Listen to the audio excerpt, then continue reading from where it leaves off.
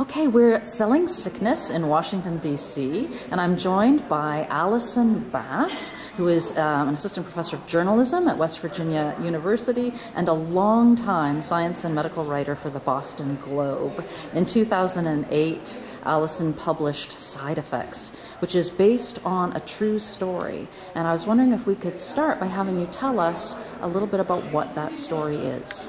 Okay, well, thank you very much, Alexandra.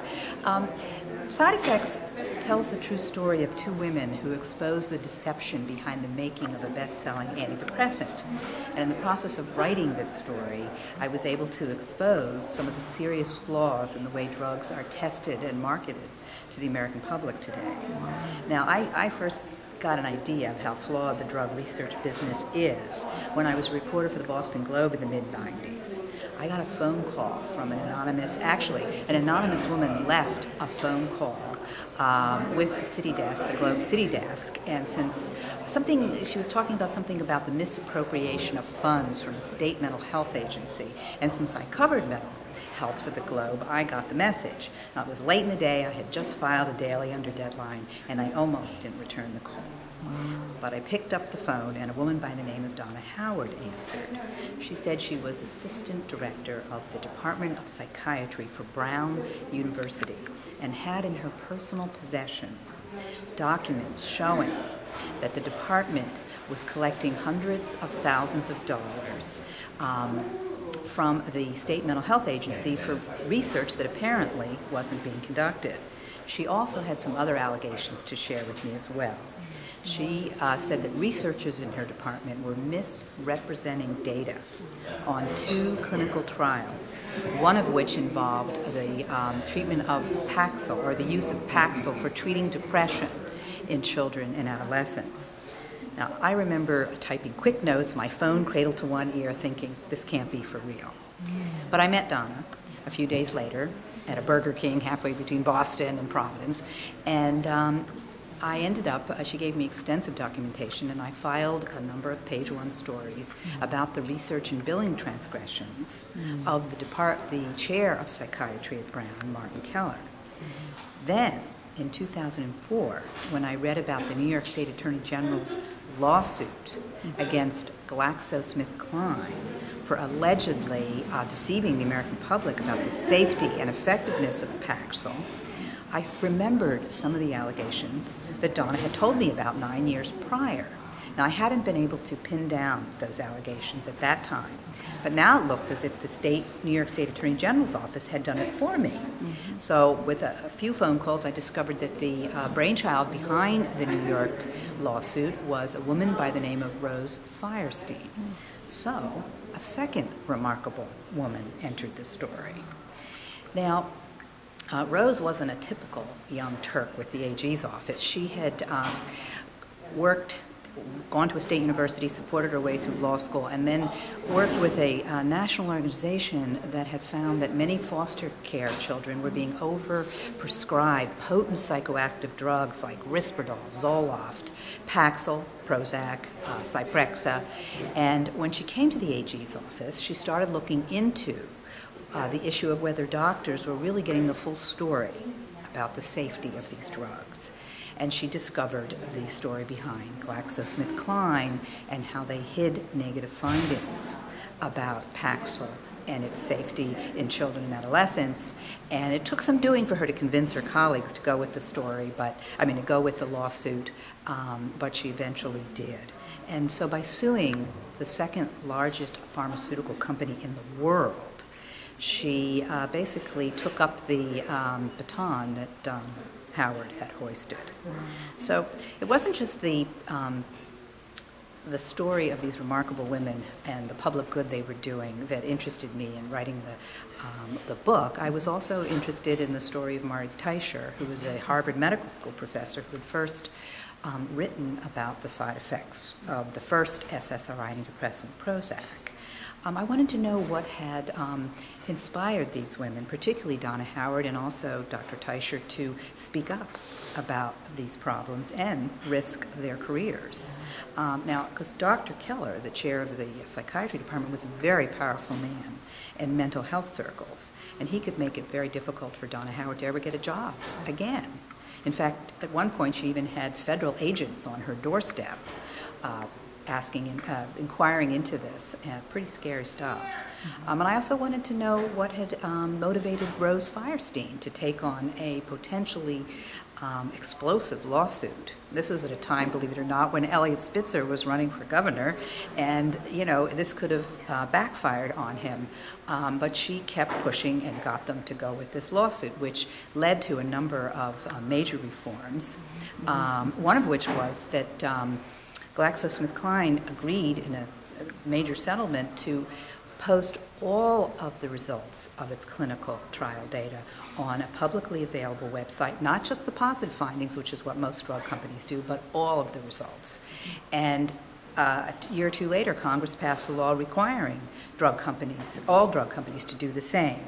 Now, they still get around it in many ways, and they were still not getting a lot of the raw data posted. And that kind of leads me to the next issue, I guess, is, what still needs to be done. Right. What still needs to be done, and what do you hope people will do as a result of some of some of the issues that you raised in your book?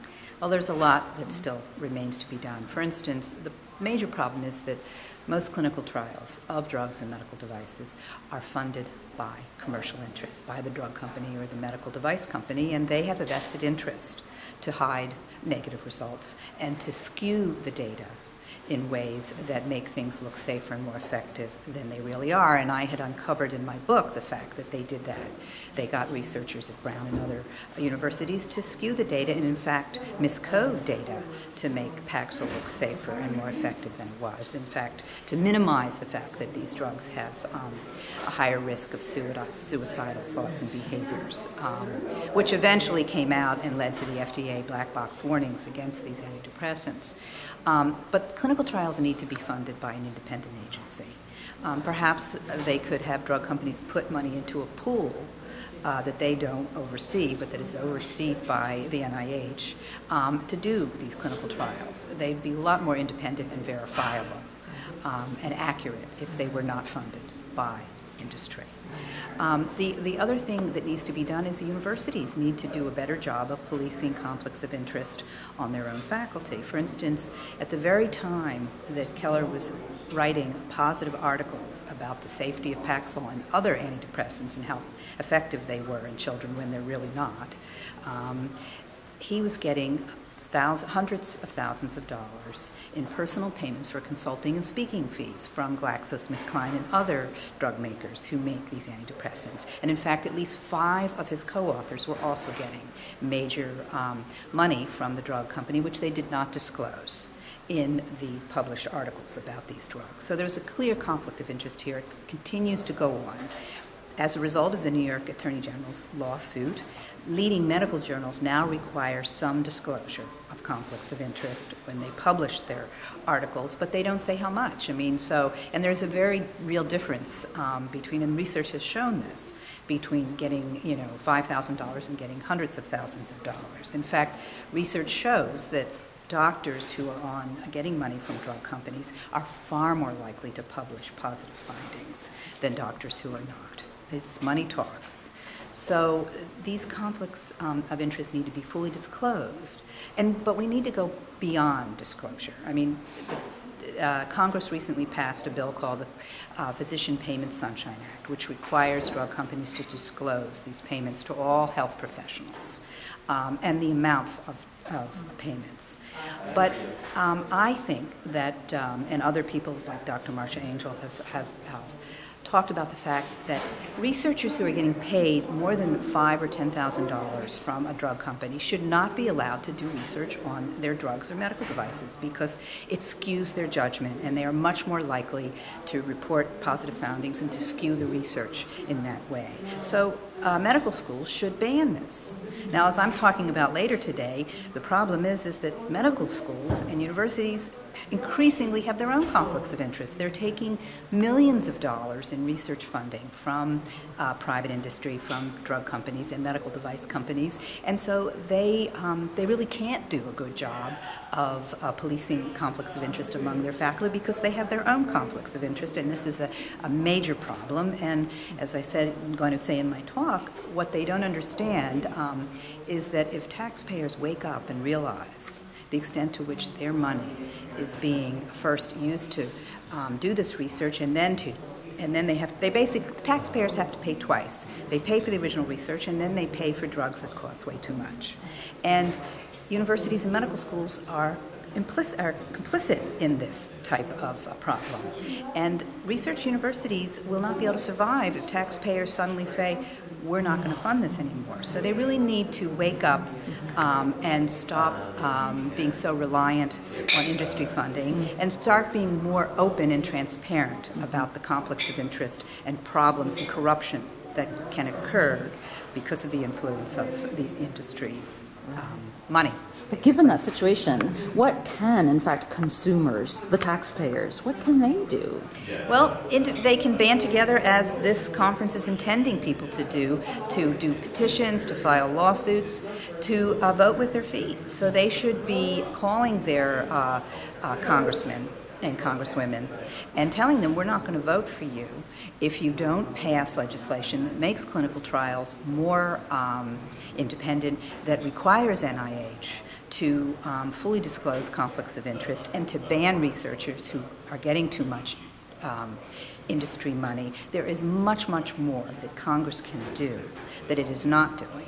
And we vote in Congress, so they can tell Congress, no, we are not going to vote for you if you don't vote for these issues. This has to be raised to a level of awareness that people understand that the drug that killed their son or daughter or hurt their grandmother is because of the complicity between medical schools and universities and the industry. Yeah.